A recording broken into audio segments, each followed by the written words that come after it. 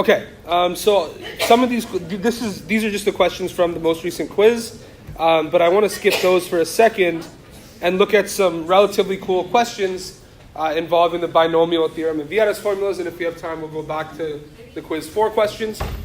So this first one I think is really cool. You want to prove the power rule of derivatives using the binomial theorem. Okay, so you want to prove that the derivative of x to the n with respect to x is n times x to the n minus 1. Okay? And you'll need the limit definition of derivatives, which, if you do not remember, looks something like this. Why don't we write it like this?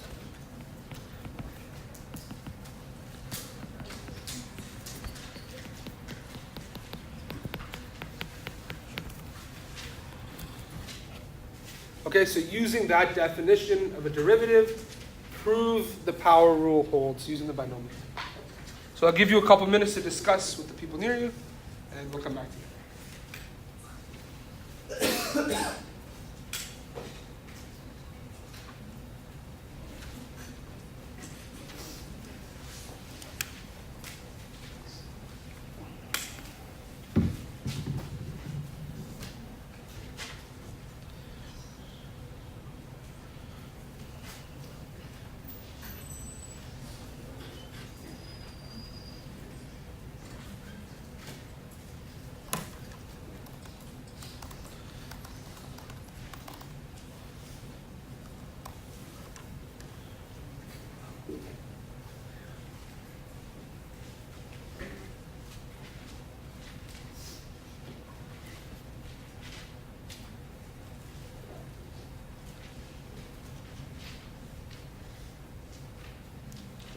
I guess if you wanted to be a little more formal, you could change that to be at A.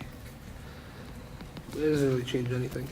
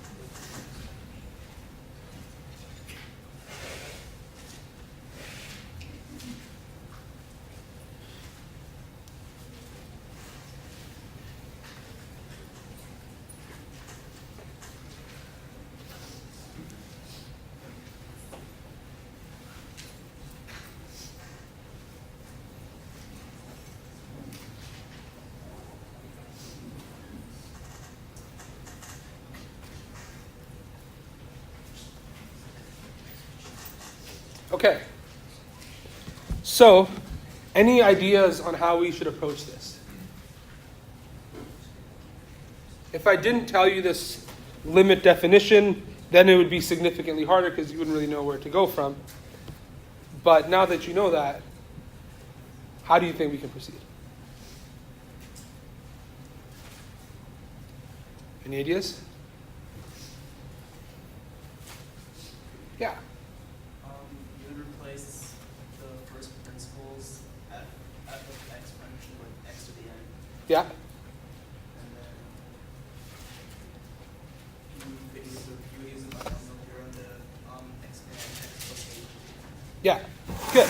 So what we're going to do is, we know by the binomial theorem, something like x plus h to the n will be our familiar, series, n choose 0, x to the n, plus n choose 1, x to the n minus 1 h, plus n choose 2, x to the n minus 2 h squared, plus blah, blah, blah. Continuing on until whatever we get to h to the n minus 1 plus h to the n.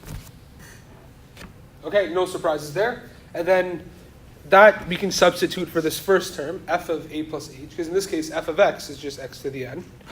And then what's our f of a? Well, really you should treat the a's as if they were x's. Well, that's just x to the n. So then when we look at this minus x to the n, we can just ignore that first term. And now you notice all of these terms have an h in them. Is that clear? The only one that didn't have an h in it was the first one, x to the n, but we're subtracting it out here. Okay? Maybe to make it a little more explicit, what we're really looking at now is the limit as h goes to 0 of x plus h to the n minus x to the n over h. Okay? So we know the first term will go away, and now we're left with all of these other things. Okay? And then when we divide this thing, the sum, by h, well, we'll just drop the exponents of all of these h's down by 1. So this will go from h to just being 1. This one will go from being h squared to just h. This will go from h to the n minus 1 to h to the n minus 2. And this will go to h to the n minus 1. We're just dividing everything by h. Does that make sense? Okay. So now, when we have this quotient, it'll look something like n choose 1, x to the n minus 1, plus n choose 2, x to the n minus 2h, plus blah, blah, blah. A bunch of other terms with h's, n choose n minus 1, x to the h n minus 2, and then n minus 1. And now what we need to do is take the limit of this as h approaches 0. And what do you notice then?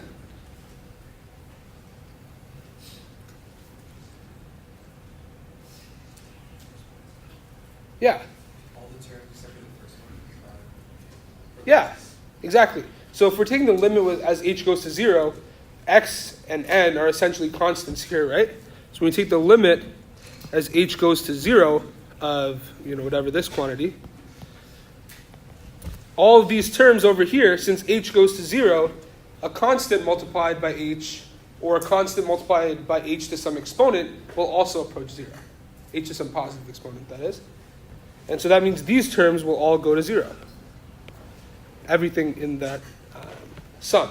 Except for the very first one, because that doesn't have an h in it. Right? And so what's that very first one? N choose 1, x to the n minus 1, which is just n x to the n minus 1. Which is what we were looking to prove. So we're done. Right? Because that's what we were looking for over here.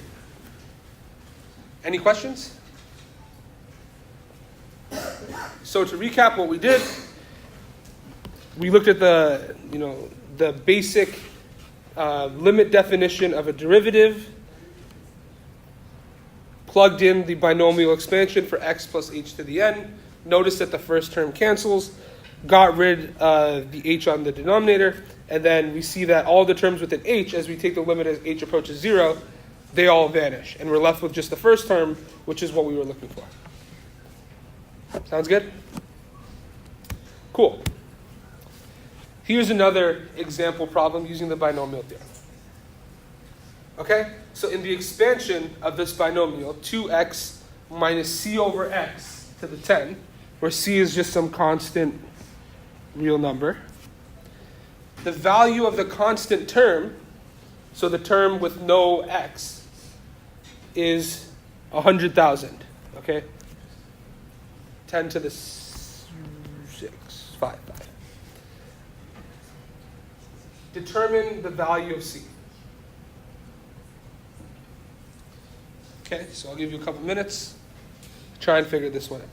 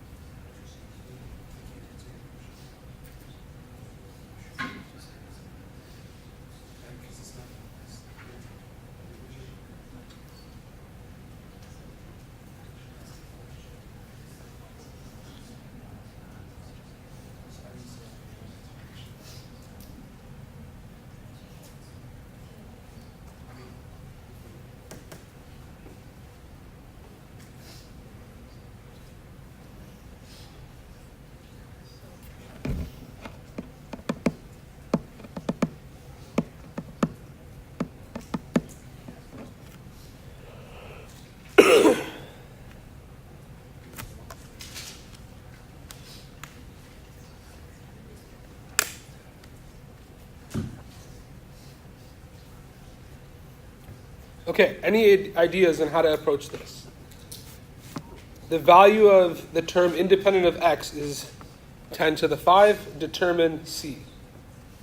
Yeah. So we know the constant term is just going to be the term where both x and y, if we're talking about the binomial theorem, are going to be equal. Yeah. So x is cancel out, so we just plug 5 into TK. Yeah. Yeah, so you're absolutely right. It's the one where, so notice the exponent here and the exponent here are negatives of one another, right?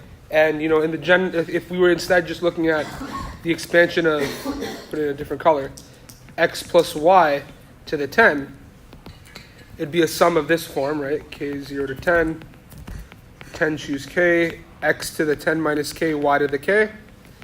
And we'd want the one where 10 minus k is equal to k, so that the exponents cancel out. So we're looking at term 5, basically. But if you didn't see that, or if the question was worded like, what if we had c over x squared, then it might not be as easy to jump to that conclusion, but you're absolutely right. Okay?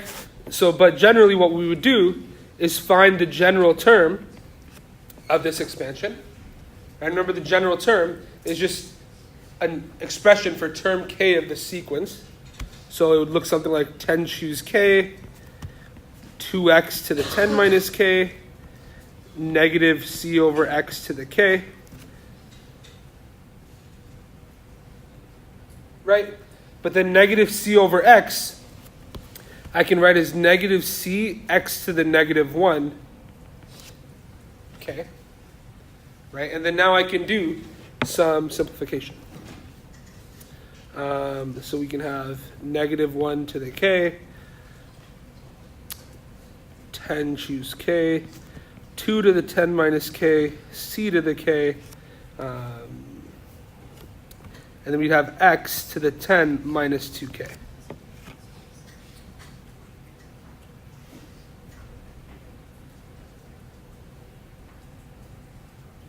Are you okay so far? And now we're told we're looking at the term where the exponent on x is 0, essentially. So we set 10 minus 2k equal to 0, giving us, as we previously suspected, k is 5. And now, really, we're looking at the coefficient. Like you would just plug this back in and solve for k, essentially. Okay? So what you would have to do, or solve for c, sorry.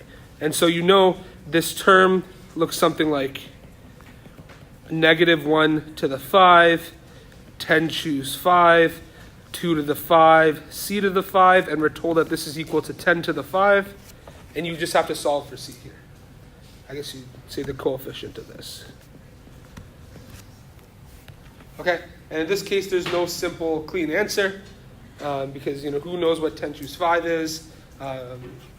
It'd be a little easier because you can cancel these out and you get 5 to the 5, but then you still have the 10 choose 5 on the left, but whatever. You're at a stage where you could easily evaluate what c is.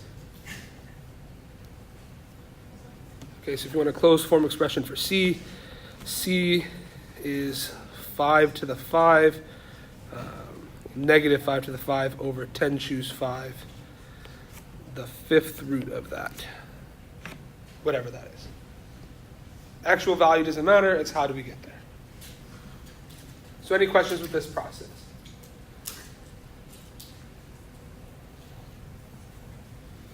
It's really just another use of the general term.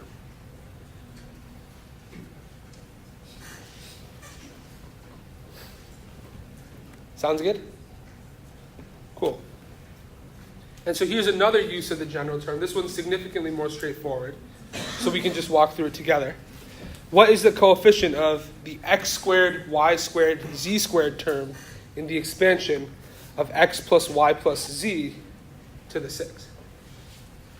So remember, a few classes ago, we said that terms in a trinomial expansion will be of the form n factorial over a factorial, b factorial, c factorial, x to the a, y to the b, and z to the c, with the constraint that a plus b plus c is 6.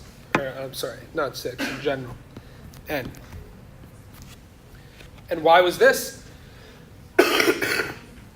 Well, it's because we have n parentheses from which we can multiply terms from, and we need to, in total, pick one thing from each parentheses, right? So we need to choose n things total. Some number of them will be a's, some number of them will be b's, and the rest will be c's. Sorry. Some number will be x's, some other number will be y's, and the remaining will be z's. Right? So we say a is the number of x's we choose, b is the number of y's we choose, and c is the number of z's we choose. And of course, there's a constraint that each of these individually are between 0 and n. And so here, it's really just the case where a is 2, b is 2, c is 2, and n is 6. And so in our case, so this is the more general.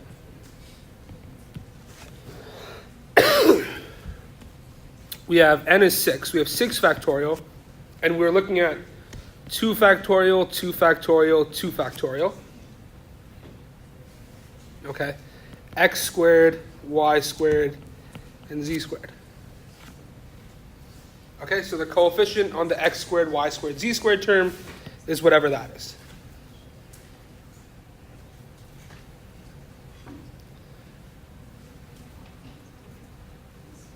Is that clear?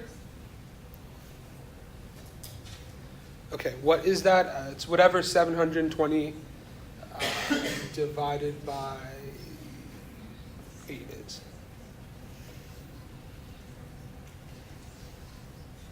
That's not right, yeah.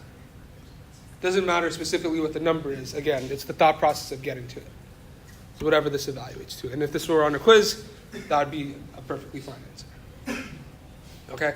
What if I instead ask the question, what is the sum of all of the coefficients with x squared in this expansion?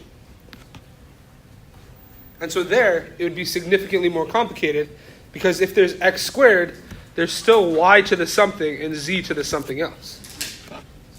Right? Then I would have to look at what's the coefficient on x squared, y to the 0, z to the 4. What's the coefficient on x squared, y to the 1, z to the 3, x squared, y squared, z squared, so on and so forth. Right? Because if we're choosing 2 x's, in total we need to choose 4 x's or y's.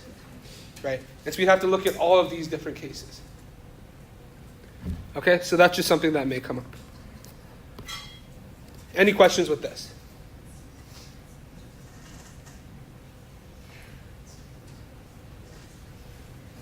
Sounds good?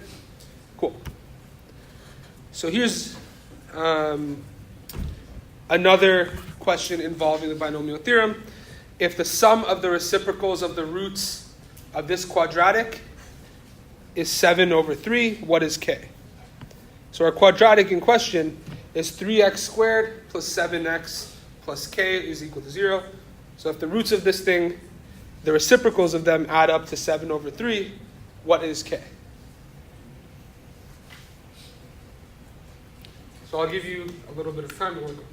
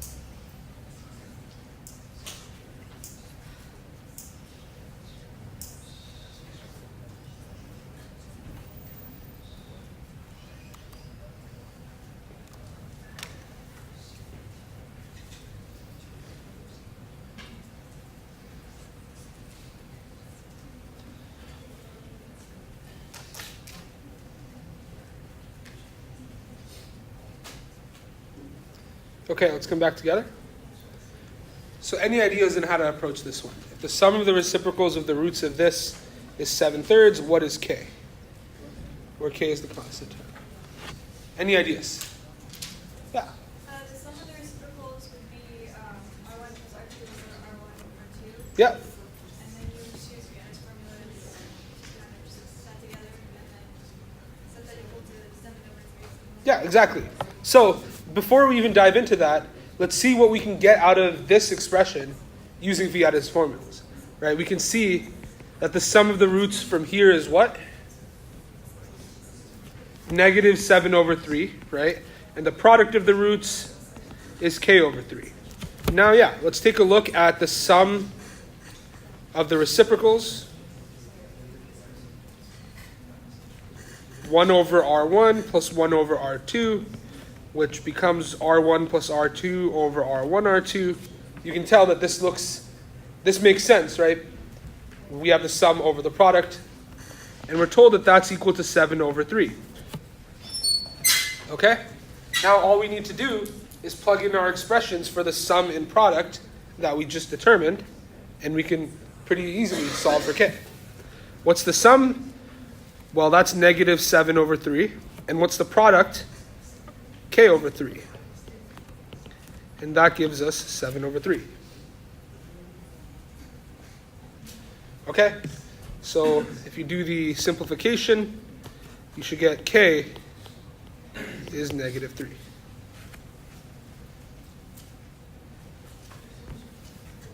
Sounds good? Any questions with this one?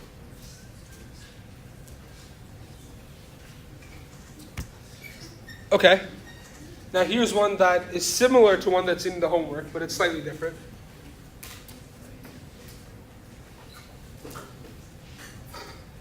If we have this cubic polynomial, this should also have R4. This quartic polynomial, x to the 4 minus 14x to the 3 plus 15x minus 13. Suppose it has roots R1, R2, R3, and R4. Find this weird quantity. Okay, it might look strange, but notice that there's some symmetry in it. Okay. And you might want to think about how you could common factor and use the information we know from Vieta's formulas. So I'll give you a little bit of time to discuss it, and we'll come back together.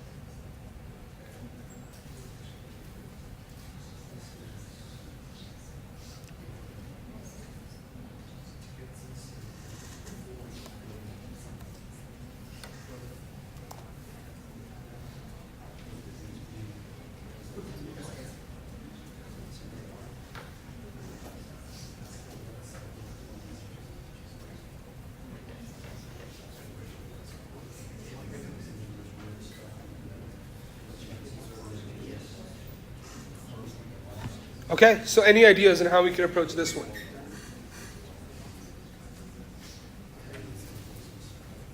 How can we find this weird quantity?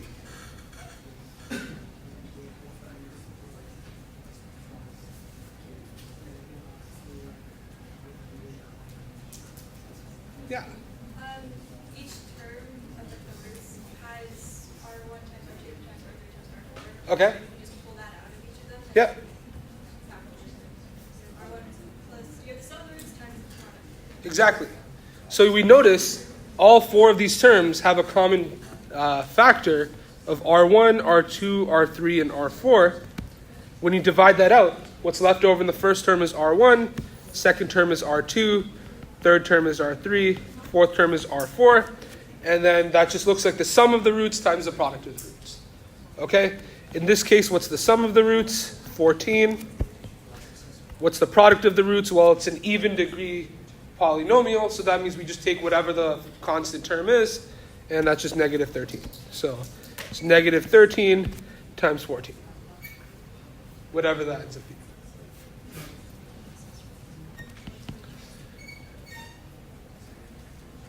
I think it's like negative 182 or something. Sounds right. Yeah. So any questions with this? Okay, so the thing you're supposed to notice here is that there's symmetry in it, and somehow you're going to have to use the information you gain using Vieta's formulas, right? And the key insight is that all of these terms have the same common factor, and once you take that out, you can pretty easily use the information given. So any other questions with this one?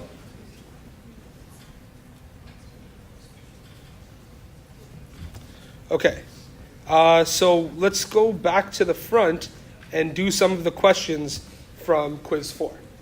Okay. Okay, so the first question in quiz 4. Actually, this was the first question, but whatever. Order doesn't matter. In each of these following, and so now we're going back to a little bit of counting and modular arithmetic. Okay. Actually, I think this one was from quiz 3, and the next one is quiz 4. So let's pretend z subscript n refers to the set of integers modulo n. Okay? So for example, z3 means the only integers we care about are 0, 1, and 2. And whatever we do to them, add them, subtract them, multiply them, the result will also be 0, 1, or 2. Is that clear? Okay? And so we're going to look at two different functions with a given domain and codomain, and we want to identify whether or not they're bijections, and then part C, it's a little extension of that. Okay? So I'll give you a little bit of time to discuss. They're actually slightly different. B and C are slightly different than they were on the quiz. But I'll give you some time to discuss them amongst yourselves, and then we'll come back together and talk about them.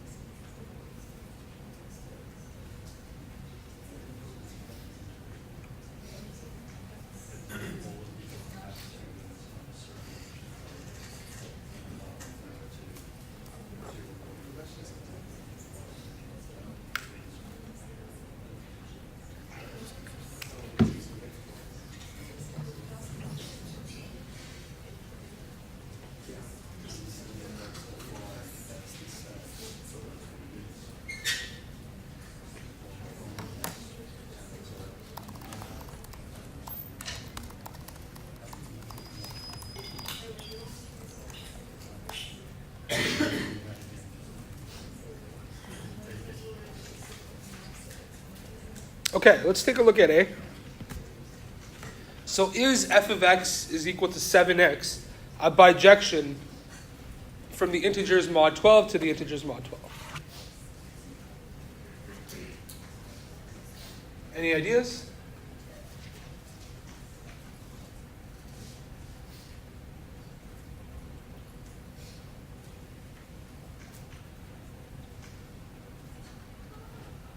Any ideas?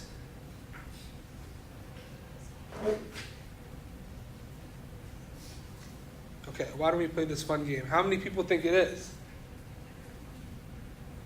Isn't? Not thinking. Okay. So it turns out it is a bijection. And so the easiest way to figure this out is by showing that it's both an injection and a surjection. Because a function that's both an injection and surjection is a bijection. Okay. So first let's show that it's an injection.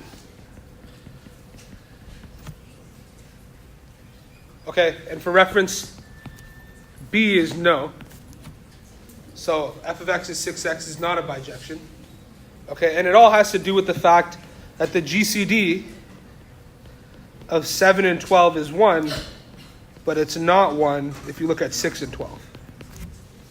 Okay, why does the GCD matter? Well, if the GCD, because the GCD of 7 and 12 is 1, 7 has an inverse in modulo 12. Is that clear? So, before we even get into that, 7 has an inverse in modulo 12. And so that makes it pretty easy to show that it's both an injection and surjection. Okay? So, if it's an injection, we want to show that if f of A is equal to f of B, it implies that A is equal to B. Make sense? Well, what's f of A? That's just 7 times A. And what's f of B? It's 7 times B. Okay, and I'll use the equivalent symbol, and I won't write mod 12 every time, but it's pretty clear that we're doing mod 12. Okay? And how can we show from here that A and B are equivalent? Well, we know that 7 has an inverse, so we can just multiply both sides by the inverse of 7. So we have 7 inverse times 7 times A is equivalent to 7's inverse times 7 times B, giving us A is equivalent to B.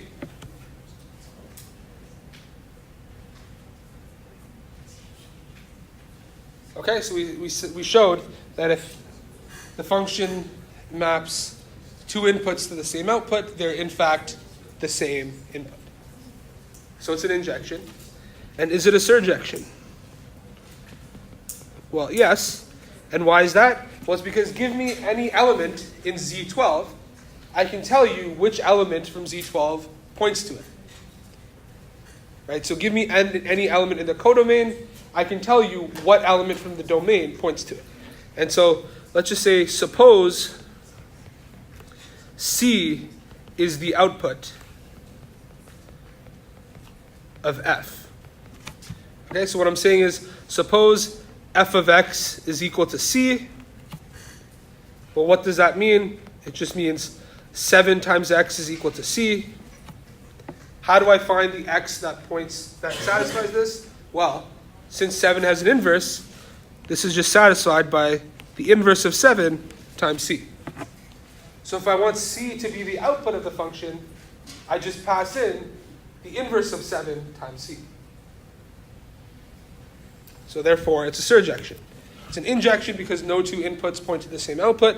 Surjection because for any element in the codomain, I can tell you what points to it from the domain.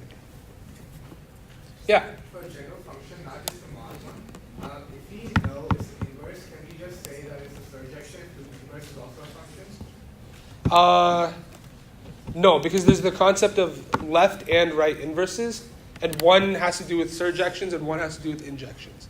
Okay. And so an inverse, in the way you probably thought about it before, is when both the left and right inverse are the same thing, but if a function is just an injection, for example, only one of those will exist and the other will not, for example.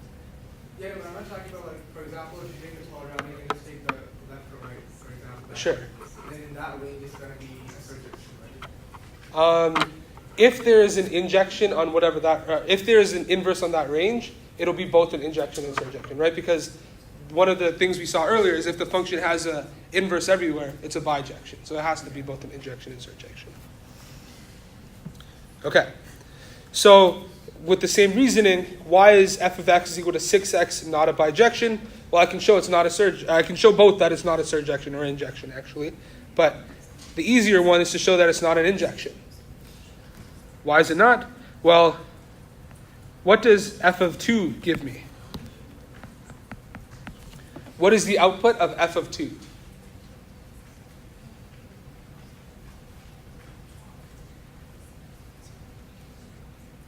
Zero, right? What's the output of f of 4? Also 0, but 2 is not equal to 4, therefore it's not an injection, and therefore it's not a bijection. That was a little more straightforward. Okay, 6 does not have an inverse in mod 12. C, does there exist an injection from Z12 to Z24? Does there exist a surjection from Z12 to Z24? And so let's see, the domain we're looking at is Z12, the codomain we're looking at is Z24. Does there exist an injection in why don't I say A and B? Does there exist an injection and does there exist a surjection? Does there exist an injection? Let's tackle that first. Is it possible to make an injection with Z12 as the domain, Z24 as the codomain?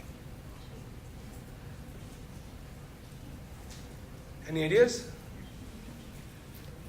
Yeah. Yes. Yeah, okay. And so what's an example of an injection? Yeah, so for example, the function f of x is equal to x works. And that'll never send two inputs to the same output. And that's the only condition we really care about for a function to be an injection. Sounds good? And remember, one of the conditions we saw is that there's an injection if this condition holds true. The cardinality of A is less than or equal to the cardinality of B.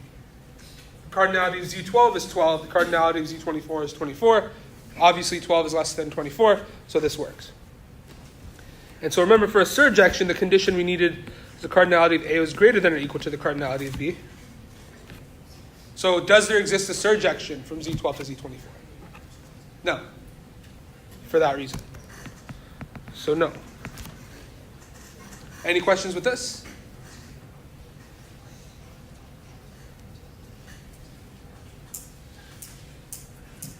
Cool. And so this question was on quiz 4. The last one, again, was quiz 3. Suppose A and B are two sets. And so the first one, suppose A and B both have cardinality n, so they're finite sets with n elements. How many bijections are there from A to B? Okay, that's A and B. Actually, just talk about all three parts amongst yourselves, and then we'll come together and talk about it.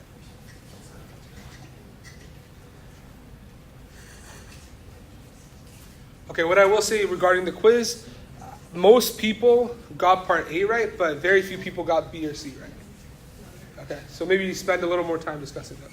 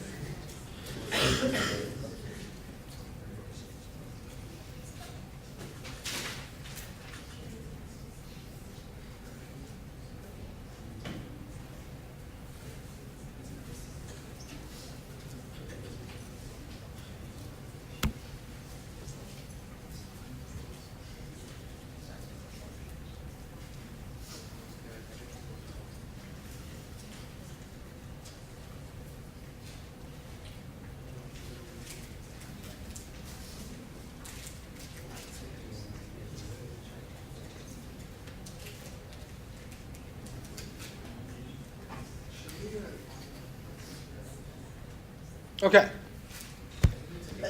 Let's start with part A. So suppose A and B are two sets with cardinality n.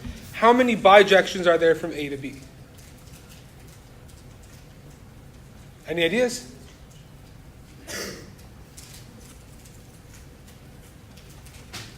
How many bijections are there from A to B?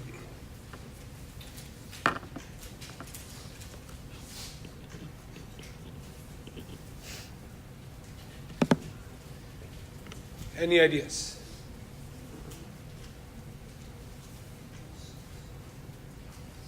Okay, well, so suppose we have A1, I'll draw a couple more.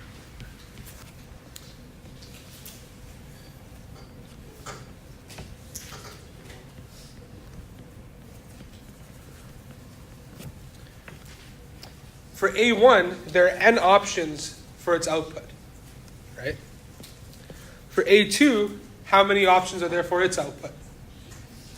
N minus 1, right? Because it can't repeat because it's a bijection. If it's a bijection, no two inputs can have the same output. So there's n minus 1 options. Okay, similarly for A3, how many options are there? N minus 2. How many values of A are there? N. So this will continue all the way until 1. So it's just n factorial. It's just a permutation. Is that clear? Okay. So B is a little more interesting. Suppose now the cardinality of A is little a and the cardinality of B is little b. How many functions are there from A to B? Now, functions in general. And what's a function? Well, it just takes every element in A to some element in B. Could be any element in B. Right? So now, if we want to look at it the same way, how many options are there for the output of the first element in A? How many possibilities are there?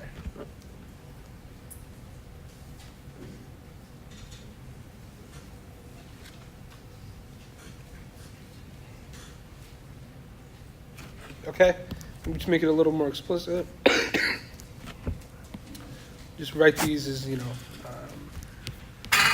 why don't we have like x1, x2, blah, blah, blah, until x sub a, and y1, y2, blah, blah, blah, until y sub b. How many options are there for the output of x1?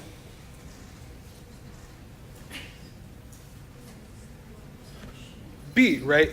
There are B possible outputs, and it could be any of the y's. How many options are there for the output of x2?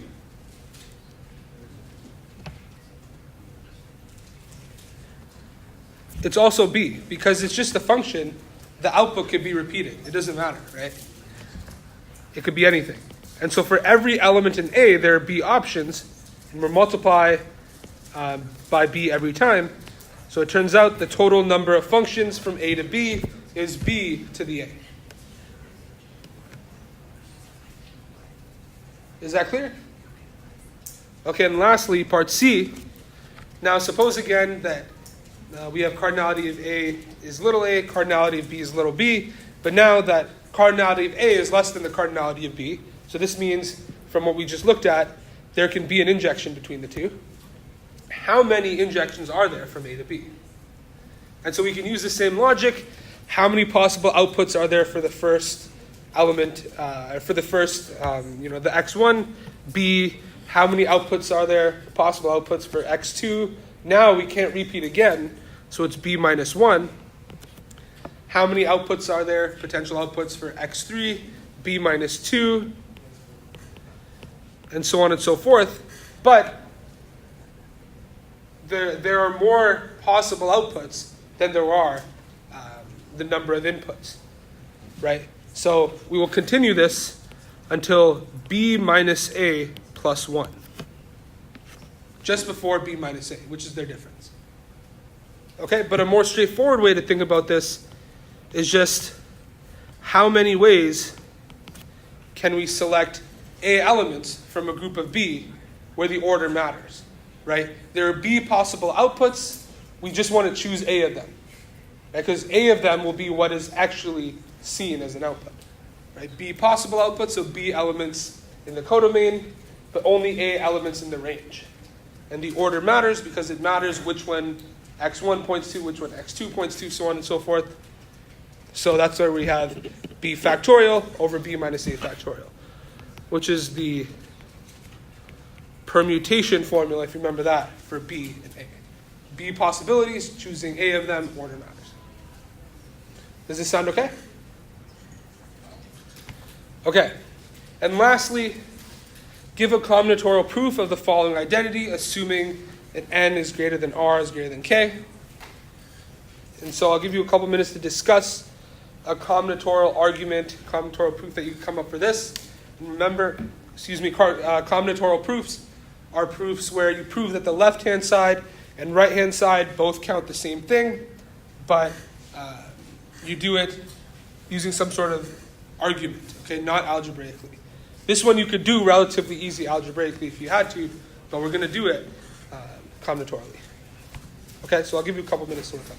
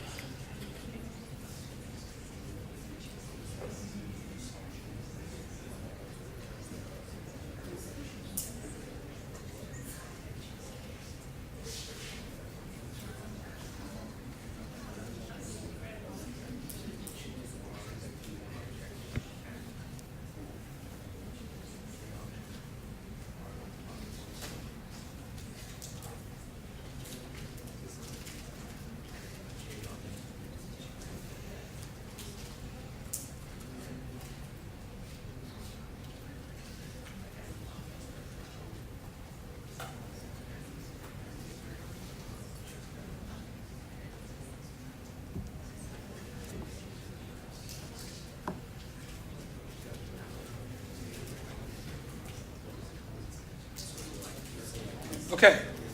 Any ideas for potential combinatorial proofs of this?